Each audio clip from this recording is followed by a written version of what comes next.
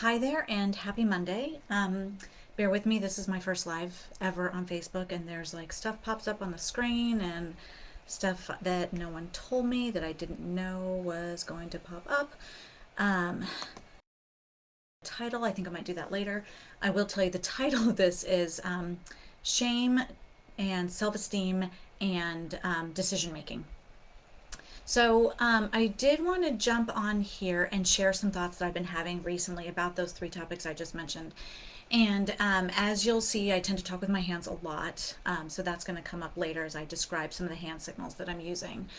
For those who don't know what I do, even though you're my friend on Facebook, you might not know that I'm a mental health therapist.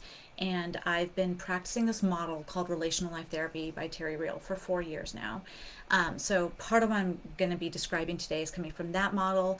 Part of what I'm going to be saying is from Brene Brown, and then part is from a Dr. Linda Hartling, because Brene Brown quotes her. And I want to start with that. Actually, no, I'm going to start with Brene Brown. Brene Brown describes shame versus guilt. So I do want to start with those two and the differences between them. Guilt being, I did a bad thing. Guilt is behaviorable, it's actionable, it is fixable. Shame, on the other hand, still fixable. I'm going to come back to that. Shame is, I'm a bad person.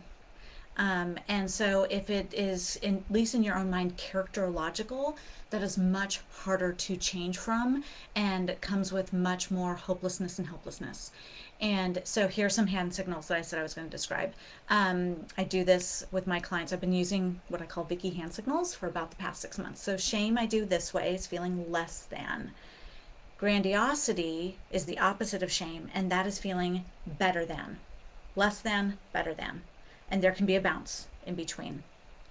Healthy, by the way, as an alternative, is the circle in the middle. Healthy self-esteem is I'm enough and I matter in spite of my flaws and imperfections.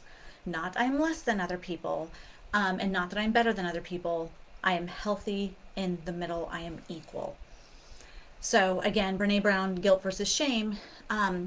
Dr. Linda Hartling describes three behaviors that people tend to do when they are feeling shame. And I'm paraphrasing, I'm not saying them as beautifully as she does. One is moving away. I tend to lean back because it's hiding in secrecy.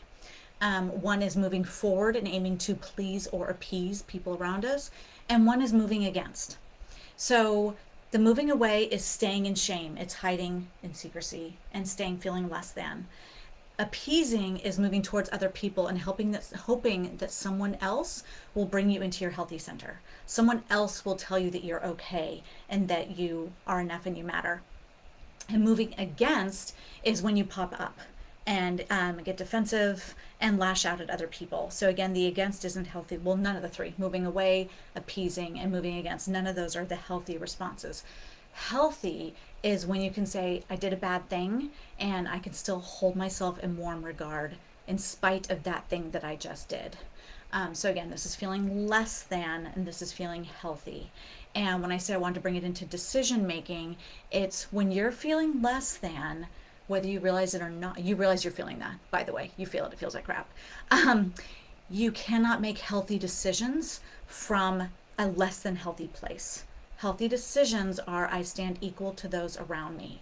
I'm enough and I matter in spite of my flaws and imperfections, and I make decisions from this healthy place. When we are feeling less than, we don't make healthy decisions. We may be making decisions on behalf of someone else, seeking to please and appease, like I said.